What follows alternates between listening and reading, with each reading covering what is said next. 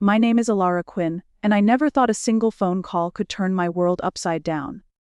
At 35, my life was fine. Not perfect, not thrilling, just fine. I had a job in advertising that paid the bills. A small apartment with peeling paint on the windowsills, and a husband, Adrian, who had once promised me the world, but now barely noticed when I entered a room. We had been married for 7 years. 7 long years of supporting his dream of becoming a famous artist, while I quietly held our life together. I used to believe love was about patience. I thought if I worked hard enough, gave enough, believed enough, he would see my worth again. I was wrong. That morning began like any other.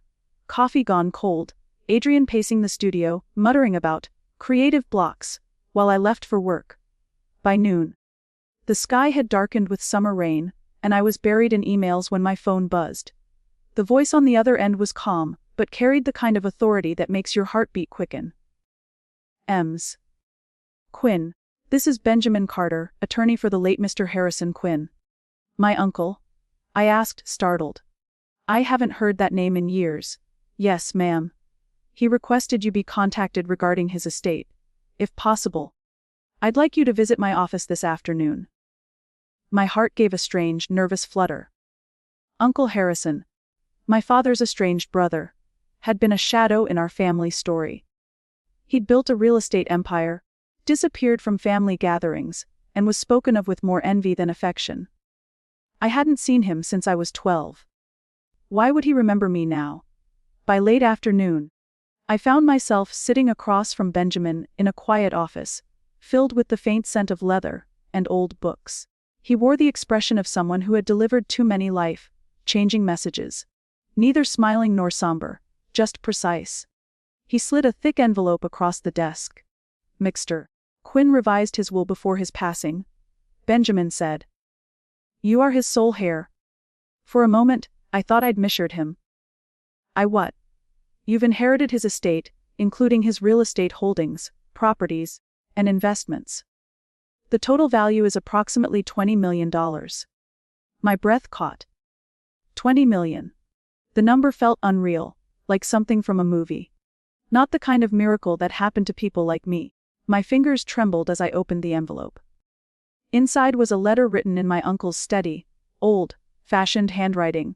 My dear Elara, if you are reading this, I am gone. I have watched you quietly over the years. Your determination, your kindness, your strength. You remind me of the person I wanted to be. This wealth is not meant to spoil you, but to free you. Use it well, and remember, true value lies not in what you own, but in what you overcome. Harrison Quinn. Tears blurred the ink as I folded the letter. For the first time in years, I felt seen, like all the years of struggle had somehow led to this moment of unexpected grace. I left the office in a daze, my mind spinning with possibilities. Debts paid, a new home, travel, freedom. I could finally breathe again. On my way home, I stopped at a boutique. The watch caught my eye, sleek, silver, something Adrian had always admired, but could never afford. I smiled as I bought it. It felt symbolic. A gift to mark our new beginning. I called him, eager to share the news. "Hey," I said brightly. "I've got something incredible to tell you. I'll be home soon." He sounded distracted. "I'm kind of in the middle of something right now, Elara. Can it wait?" "Not really. You're going to want to hear this." "Fine. Just don't expect me to throw confetti, okay?" The sharpness in his tone stung, but I brushed it off. Once he heard the news, everything would change. The struggles, the tension, all of it could finally fade. As I drove, the rain began to fall harder, streaking against my windshield like silver threads. The radio hummed softly, some old love song I used to adore. I thought about how I'd surprise Adrian. Maybe tell him over dinner, watch his eyes light up as I handed him the watch box. For once, we'd have something to celebrate. The road ahead glistened under the storm's reflection. I saw the truck too late. A flash of headlights cutting through the rain, a deafening horn, the sound of skidding tires. There was a single, heart-stopping second when everything slowed. My breath caught. My fingers gripped the wheel. Then metal screamed. Glass shattered. A violent spin, the taste of blood, the smell of gasoline. Somewhere, the watch box flew open, the silver timepiece glinting once before it disappeared into the chaos. And then nothing. Just darkness. When I opened my eyes again, I thought I was still dreaming. The world was a blur of white. White walls, white sheets, white light burning my eyes. My body felt like it wasn't mine, just pain and weight stitched together. Somewhere, machines beeped softly, keeping rhythm with a heart I wasn't sure I wanted to keep beating. Then I heard a voice. "She's awake!" "Doctor, she's awake?" The nurse's words echoed in my ears. Slowly, reality bled back in. The accident, the headlights, the sound of the world collapsing. I tried to speak, but my throat burned. "What happened?" "You were in a collision," she said gently. "You've been unconscious for 3 days. 3 days of silence, and no one had come." "My husband," I whispered. "Adrian Quinn." Did he call?" She hesitated. That pause told me everything. "No one by that name has been here, Ms. Quinn." A cold wave rolled through me. Not fear, not confusion. Betrayal, sharp and suffocating. When the doctor came, he told me I'd be fine after weeks of recovery, but I barely heard him. My body was healing, but my mind was unraveling. I kept hoping Adrian would appear. With flowers, or tears, or even guilt. But the days passed, and the door never opened for him. 2 weeks later, I was released from the hospital. My world outside felt unfamiliar. The city moved on like nothing had happened. I took a cab to our apartment, clutching the small duffel bag of my hospital things, my heart pounding with every turn of the wheels. When I reached home, the door was locked. My key didn't work. Confused, I rang the bell. A woman answered. She was tall, striking, with perfect blonde curls and expensive perfume. "Can I help you?" she asked coolly. I live here?" I said, bewildered. "This is my apartment. I'm Adrian Quinn's wife." Her expression flickered, surprise, then something darker. "His wife." She repeated slowly. "Oh, you must be Elara." The way she said my name, like a whisper laced with pity, made my stomach twist. "Who are you?" I asked, my voice trembling. "I'm Celeste," she said softly. "Adrian's wife." The world tilted. "That's not possible," I whispered. "I'm his wife." "Not anymore," she smirked. "He said you died in the accident." I froze. My breath caught in my chest as her words sank in. "He said you died." Adrian had told everyone I was dead. I stumbled back, shaking my head. "You're lying." She crossed her arms. "You should leave, Elara. Adrian won't want to see you. He's moved on." "We both have." Behind her, through the crack in the door, I caught a glimpse of my old home. Our home. Transformed. My paintings gone. My books replaced. My wedding photo missing. And then I saw him. Adrian. Standing in the hallway, his face pale as a ghost. For a long second, we just stared at each other. "Adrian?" I whispered. He didn't move closer, didn't say my name. He just looked at me with guilt. And fear. "Elara," he said finally, his voice low. "You should go. Please." I felt something inside me break. The man I'd nearly died loving was standing beside another woman. And he had already buried me in his heart. Without another word, I turned and walked away. The rain had started again, soft and steady, washing over the streets like tears from a sky that understood too much. That night, I checked into a hotel using my uncle's inheritance. Alone, in that cold room, I read his letter again. Use it to free yourself. Free. For the first time, I understood what that meant. Adrian thought I was dead. He had erased me. Replaced me. Built a new life on my grave. And somewhere between the pain and the heartbreak, a quiet fire began to burn inside me. A thought that grew sharper with every breath. He buried the wrong woman. The night I discovered the truth, I didn't sleep. I sat by the hotel window, watching city lights shimmer through the rain, every drop against the glass echoing like a heartbeat. The woman who stared back at me from the reflection wasn't the same Elara Quinn who once believed in love, or patience, or second chances. She was a stranger, bruised, quiet, and dangerous. Adrian thought I was gone, so I decided to be gone, but on my own terms. The next morning, I went to the lawyer again. "Mr. Carter," I said calmly. I need to keep my identity private. No one, not even my husband, can know I'm alive. He nodded. We can arrange that. All communications, transfers, and titles will be handled discreetly. You'll need a new name. And that was the day Elara Quinn died officially. I became Elara Vale, a quiet woman with a new passport, a new address, and a bank account that could rewrite her destiny. I spent the next few months healing, physically and emotionally. My body bore scars, but my heart had grown something harder: resolve. I hired private investigators to learn what had really happened after the crash. What they uncovered made my blood run cold. Adrian had visited the crash site once. He saw the wreckage, learned that the car had exploded after being towed, and never confirmed the body. Instead, he filed the paperwork declaring me deceased and withdrew money from our joint account within hours. But that wasn't all. 2 weeks later, he married Celeste, his long-time friend, the woman who'd attended our wedding. So it had all been in motion long before the accident. The betrayal wasn't spontaneous. It was orchestrated. And suddenly, I knew my accident wasn't an accident. The pieces began to click into place. Adrian had borrowed money from a shady investor months before. I remembered him arguing over the phone late at night, whispering about insurance and opportunities.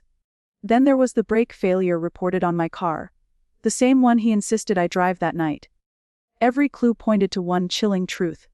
He tried to kill me. I could have gone to the police, yes. But what would I say? That my husband tried to murder me for money and freedom. That he declared me dead before confirming it.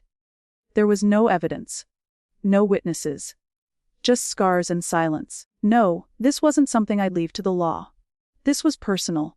So I began to rebuild. Strategically. Months later, I returned, not as Elara Quinn, the broken wife, but as Elara Vale, the mysterious investor who had just purchased a controlling stake in Quinn Art House, the gallery Adrian now owned with his new wife. I'll never forget the look on his face when we first met again. The gallery was filled with soft light, champagne, and shallow conversations. His latest exhibition was a display of abstract pieces he claimed symbolized rebirth. I almost laughed at the irony. I walked in wearing black, sleek, poised, confident. My hair shorter, my voice steadier. He didn't recognize me at first. Emma's Vale, he said, shaking my hand. It's a pleasure to finally meet the investor who saved our gallery. I smiled faintly. The pleasure is mine, Mr. Quinn. I've heard so much about you. Celeste floated over, all charm and diamonds. Adrian, darling, don't keep her all to yourself. Her eyes studied me curiously. Have we met before? You look familiar. I met her gaze and said softly, perhaps in another life. For a brief second, her smile faltered. Something in my tone, something in my eyes, unnerved her. I spent the evening listening to their lies. How they built everything together. How fate brought them peace. And every word was another match striking against the fire inside me. Later that night, after the guests had left, Adrian approached me privately. You remind me of someone, he said carefully. Someone I lost. I tilted my head. Your first wife. He hesitated. You've done your research. A little, I said with a hint of a smile. What happened to her? Tragic accident, he replied smoothly. I've made peace with it. My jaw tightened. Peace. That was what he called it. Peace built on deceit and blood. Before I left, I looked around the gallery one last time and whispered to myself, you have no idea who you invited back into your life. Outside, the city lights glowed against the rain-soaked streets, just like the night of the crash. Only this time, I wasn't the victim. This time, I was the storm. For weeks, I became the shadow in Adrian's world. Always present, never fully seen. As Elara Vale, I was his savior on paper. The investor who resurrected his failing gallery, the quiet force behind every sale, every headline. But beneath that poised smile, I was weaving a web so intricate that when it finally tightened, there'd be no escape. Every revenge needs patience. Every storm, perfect timing. My first step was control. I demanded full access to gallery accounts. For transparency. Adrian was too eager to impress me to question it. Within a month, I knew everything. Their profits, debts, client lists, even their personal spending. Celeste's obsession with luxury was bleeding the gallery dry, and Adrian was too proud to admit it. I started making quiet changes. Shifting suppliers, redirecting commissions, and freezing unnecessary expenditures. Each move slowly cornered them financially, while on paper, I appeared to be saving their brand. The irony was poetic. Then came the next phase: exposure. I used my contacts from the investment world to stage a massive art auction.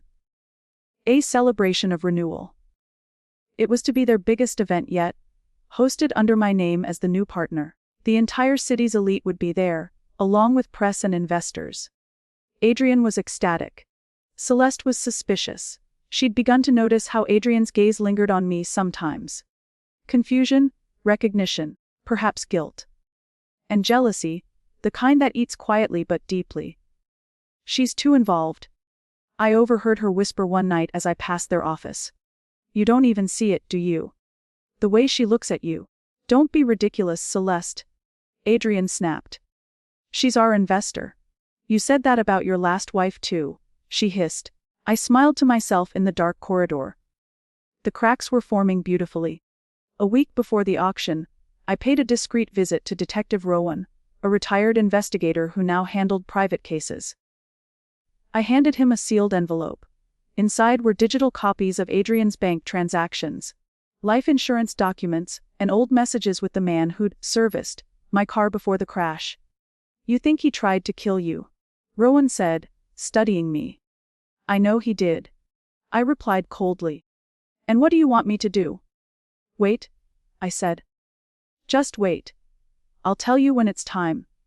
The night of the auction arrived like a storm dressed in gold. The gallery was transformed into a world of light and glass. Reporters swarmed, cameras flashed, champagne flowed like rivers. I stood near the entrance, watching my former husband charm his guests with practiced ease.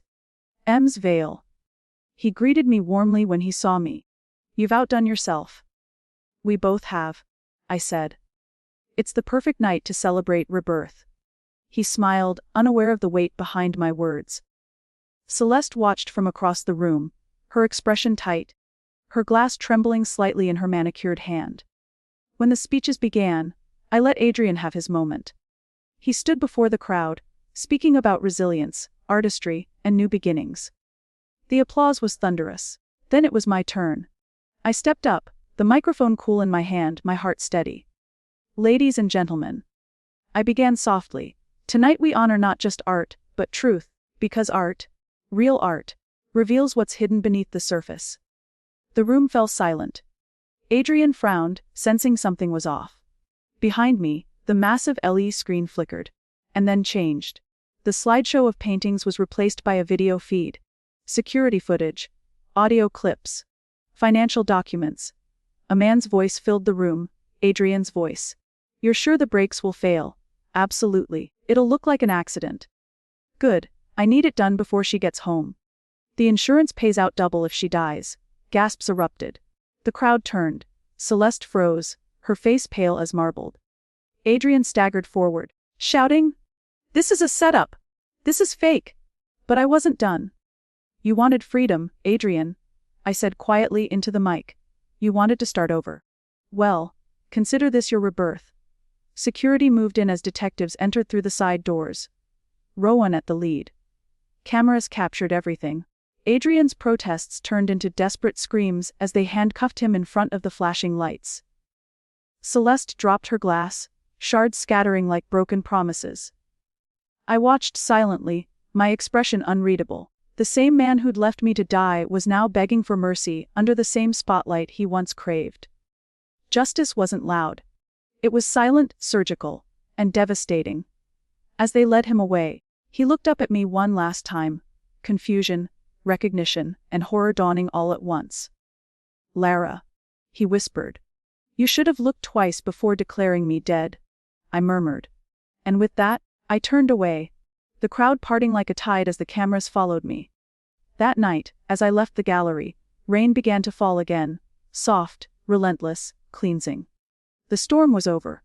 But the story wasn't. Because sometimes, revenge isn't the end.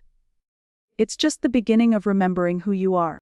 The gallery lights faded long after the last camera stopped flashing, but the chaos Adrian left behind still echoed in every corner.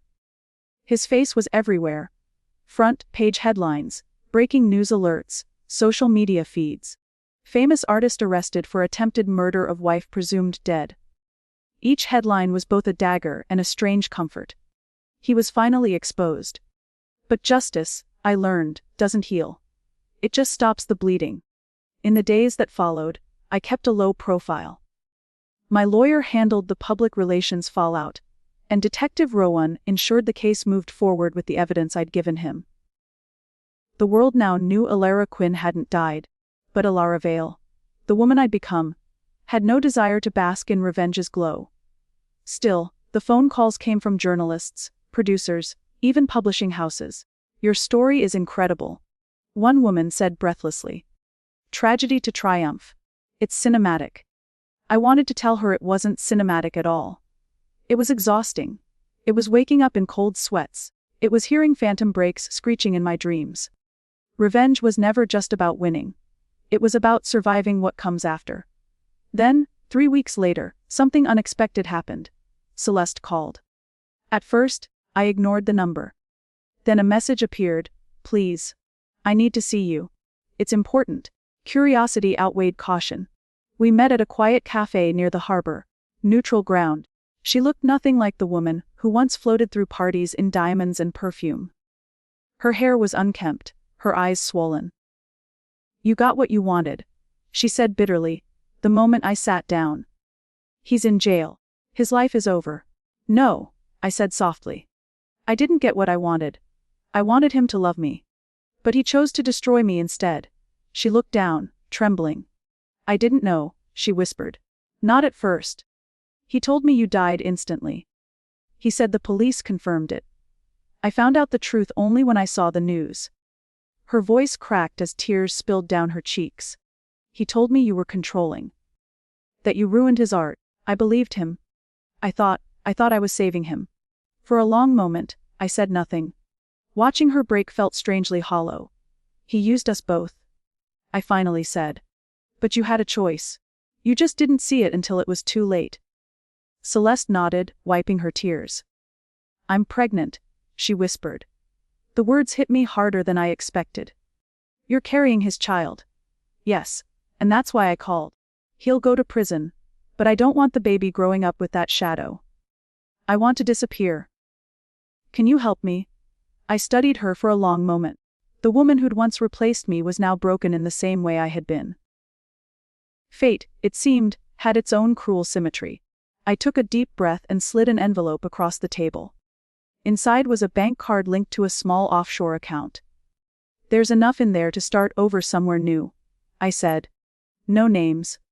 No trails. Just, don't come back." She stared at it, stunned. "Why would you help me?" "Because if I don't," I said quietly, "then he still wins. He turns me into what he was, cold, heartless, empty." After she left, I sat by the window, watching the sea crash against the docks. For the first time in months, I didn't feel anger. Just an aching kind of peace. The kind that comes after destruction. But peace, like everything, has a price. When I returned home that night, a letter awaited me on the table. It had no return address, only my name. Elara Quinn, written in familiar handwriting. Inside was a single page. "You think this is over, Elara. The truth hasn't even begun to surface. You'll see soon enough. Not every secret died in that crash. No signature, no clues. But I knew that handwriting. Adrian's. He was in custody, but someone was helping him. Someone knew more than I did. The next morning, I called Rowan. Check his visitors. Find out who's been seeing him." "Already on it," he said grimly. "And Elara, you might not like what we find." That night, I dreamt of fire. The screech of tires. The heat of the crash. The moment everything went dark. Only this time, I saw another car following behind mine, its headlights too close. When I woke up, heart pounding, I realized something terrifying. Maybe Adrian hadn't been working alone. The story wasn't finished. The The real truth was still waiting in the shadows. And I was ready to face it, because survival had made me strong. But vengeance had made me fearless. The morning after receiving Adrian's letter, I stood on the balcony overlooking the city. The sky was gray, heavy, the kind of color that promised a storm. I had thought everything was over, that his arrest was the end of the story. But his words still echoed. Not every secret died in that crash. And I knew, deep down, he was right. Detective Rowan called later that afternoon. "You might want to sit down for this," he said. Adrian had a regular visitor at the detention center. A man named Colin Ward, mechanic, former employee of your uncle's real estate company. "My uncle," I repeated, startled. "What does he have to do with this?" Rowan exhaled slowly. "Colin was on your uncle's payroll years ago. But here's the twist. He's the same man who tampered with your car. We traced the bank transfers. The payment didn't come from Adrian's account." "Then who?" I whispered. "Your Uncle James." I froze. "That's impossible. My uncle's dead." I thought so too. But before he passed, he set up an offshore fund. The same one that paid Colin. "There's something bigger here, Elara. We're digging." The room spun. My chest tightened. My uncle, the man who'd loved me, who'd left me his entire fortune, had paid the man who tried to kill me. No. There had to be more to it. That night, I went through the box of my uncle's old letters. Buried at the bottom was one envelope I'd never opened. The seal was old, brittle. My hands trembled as I unfolded the note. "Elara, if you're reading this, I am gone. There are things I could never tell you face to face. The money I leave you was not earned cleanly. There were partners, men who wanted it buried with me. If anything happens to you, it will be because of them." At the bottom, his signature, James Vale. The last name hit me like a jolt. Vale, the alias I had chosen by chance after his death. Or maybe not by chance at all. My name, my inheritance, my accident. They were all part of something deeper. Someone had wanted both of us gone. 2 days later, Rowan called again. "We found Colin Ward," he said grimly. "He was shot last night. Execution style. Whoever's behind this is cleaning up loose ends." My heart sank. If Colin was dead, the only person left who might know the truth was Adrian. I went to see him. The prison's visiting room was sterile and cold. When Adrian walked in, he looked older, thinner, but his eyes still burned with the same arrogance. "You look good for a dead woman," he said dryly. "And you look small for a murderer," I replied.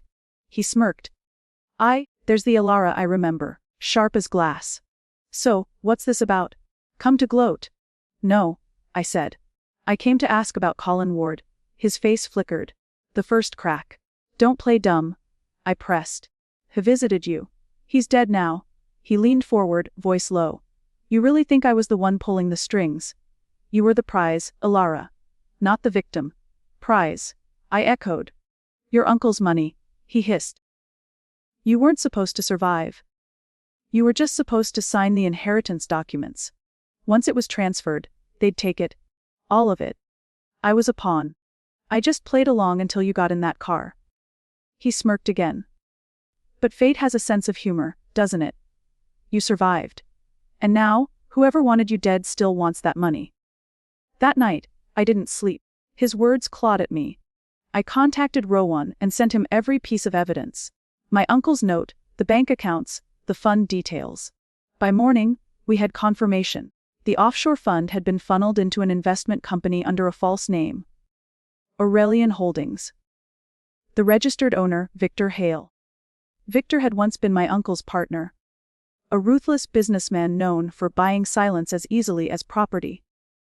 And according to the files Rowan found, he was also the silent backer of Quinn Art House. Adrian's new beginning had been financed by the same man who wanted me dead.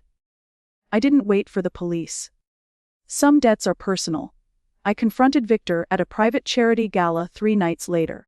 The same kind of glamorous event where men like him hid behind tuxedos and philanthropy.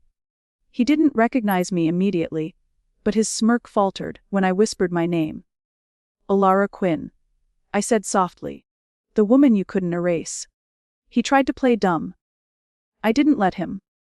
You killed my uncle to take his company. Then you tried to kill me to cover it. But you made one mistake. You left a trail. And now it's over." Before he could respond, uniformed officers entered the ballroom. Rowan among them. Every eye turned as Victor Hale was handcuffed in front of the elite he once manipulated. The cameras flashed. Justice, once again, was loud and public. Weeks later, the case went national. Adrian's conviction led to Victor's arrest. The offshore funds were seized. I testified, but this time, there was no fear, only finality. When it was over, I stood outside the courthouse as rain began to fall again. The same cleansing rain that had followed every turning point in my story. Celeste had vanished somewhere overseas with her unborn child, living quietly on the money I'd given her. Adrian was serving a life sentence.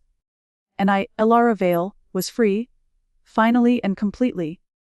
One evening, I returned to my uncle's estate. The one that started it all. The air smelled of earth and pine, just like when I was a child. I sat by the fire and opened my journal, writing the last line of my story. Sometimes survival isn't about staying alive. It's about coming back stronger than the people who buried you. As I closed the book, I caught my reflection in the window. The woman staring back wasn't the broken wife, or the grieving niece. She was something else entirely, reborn, unshakable, untouchable, and somewhere deep inside, I smiled. Because I hadn't just survived the crash.